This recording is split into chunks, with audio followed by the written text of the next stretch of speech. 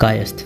कायस्थ शब्द संस्कृत के दो शब्द काया और अस्त से मिलकर बना है। काया का मतलब है शरीर और अस्त का मतलब होता है अंदर से। कायस्थ समाज का शिक्षा एवं प्रशासन में महत्वपूर्ण योगदान है। इनके बिना भारतीय इतिहास की कल्पना नहीं की जा सकती। तो आइए आज हम जानेंगे कायस्थ कम्युनिटी के दिलचस्प इतिहास को और कायस्थ कम्युनिटी के अनोखे और ओरिजिन के बारे में। वीडियो में आगे बढ़ने से पहले अगर आप चैनल पर नए हैं तो चैनल को सब्सक्राइब कर लीजिए और पास में आ रहे बेल आइकन को प्रेस कर लीजिए ताकि आने वाले हर वीडियो के नोटिफिकेशन आपको मिलते रहें।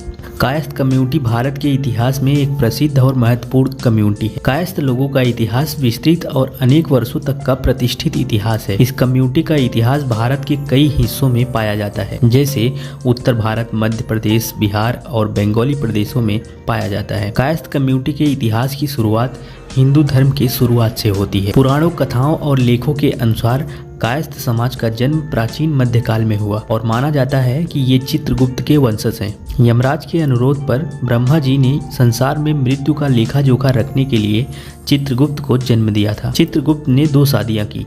एक पत्नी का नाम इरावती, दूसरी का नाम नंदनी था। इरावती को 8 और नंदनी को 4 पुत्र प्राप्त हुए, जिनके नाम थे श्रीवास्तव, सूरज, ध्वज, वाल्मीकि, अस्थाना, माथुर, गौड़, भटनागर, सक्सेना, अम्बस्त, निगम, कर्ण और कुलश्रेष्ठ। और इन्हीं के वंशजों को कायस्थ कहा जाने लगा। इतिहास में पहली बार कायस्थ शब्द का प्रयोग 375 ईस्वी में कुषाण साम्राज्य में किया गया। कुषाण साम्राज्य में भूमि अनुदान प्रथा और कठिन कर प्रणाली का हिसाब रखने के लिए कायस्थ समाज को नियुक्त किया गया। इसके बाद 4th सेंचुरी में गुप्ता साम्राज्य में राज्यों के इंटरनल और एक्सटर्नल मैटर को देखने के लिए कायस्थों को नियुक्त किया गया। 7th सेंचुरी के बाद कायस्थ समाज अलग अलग साम्राज्यों में अलग अलग पदों पर काम करते रहे। उस समय होम मिनिस्ट्री के सलाहकार जैसे पदों पर कायस्थ कम्युनिटी के लोग काम करते थे। और 12th सेंचुरी में कायस्थ समाज का 3 अलग अलग वर्ग मिलता है। पहला वर्ग उत्तर भारत में चित्रगुप्त वंशी कायस्थ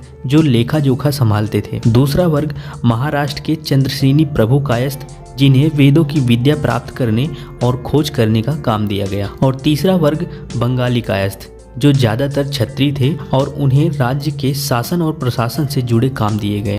भारत में मुगलों के आने के बाद फारसी भाषा मुगल साम्राज्य की ऑफिशियल भाषा बन गई थी। कायस्थ कम्युनिटी के लोग बहुत ही प्रोग्रेसिव माइंडसेट के लोग थे। उन्होंने बदलते समय के साथ फारसी, उर्दू और अरबी जैसी भाषा सीखी और सिस्टम का हिस्सा बने। फेमस राइटर अबुल फजल के अनुसार बंगाल में ज्यादातर हिंदू जमींदार कायस्थ समाज के लोग थे। कायस्थ समाज के लोगों ने अपने आप को यहीं तक ठीक सीमित नहीं रखा, बल्कि वो देश के अलग अलग हिस्सों में जाके बसे और कायस्थ निजाम के पोस्ट पर यानी अधिकारी के पद पर काम करने लगे। भारत में ब्रिटिश शासन के समय कायस्थ कम्युनिटी न सिर्फ पब्लिक एडमिनिस्ट्रेटिव का काम करते थे बल्कि एग्जीक्यूटिव और सिस्टम में भी शामिल हुए। कायस्थ समाज के लोग कारोबार करने में भी माहिर थे। 1911 तक बंगाल और देश के लगभग 40% में मिल्स और फैक्ट्रीज के मालिक इस समाज के लोग ही थे। अमेरिकन स्कॉलर क्रिस्टन नामेसी के अनुसार 613 ईस्वी में भारत के कुछ राज्यों में कायस्थ कम्युनिटी के लोगों को ब्राह्मण माना जाता था और दूसरे राज्यों में इन्हें क्षत्रिय भी माना जाता था। वक्त के साथ कायस्थ समाज आगे बढ़ा और इन्होंने अपने आप को रिकॉर्ड कीपिंग कामों तक ही सीमित नहीं रखा बल्कि दूसरे कामों में भी अपना नाम रोशन किया। कायस्थ समाज ने देश के लगभग हर क्षेत्र में अपना योगदान दिया है। इनके इस योगदान को देश हमेशा याद रखेगा। वीडियो अच्छा लगा तो वीडियो को एक लाइक कर दीजिए। चैनल पर नए हैं तो चैनल को सब्सक्राइब करके पास में आ रहे बेल आइकन को प्रेस कर लीजिए ताकि इसी तरह के इंटरेस्टिंग वीडियोस आपको मिलते हैं ऐसे ही इंटरेस्टिंग वीडियो के साथ अगली वीडियो में।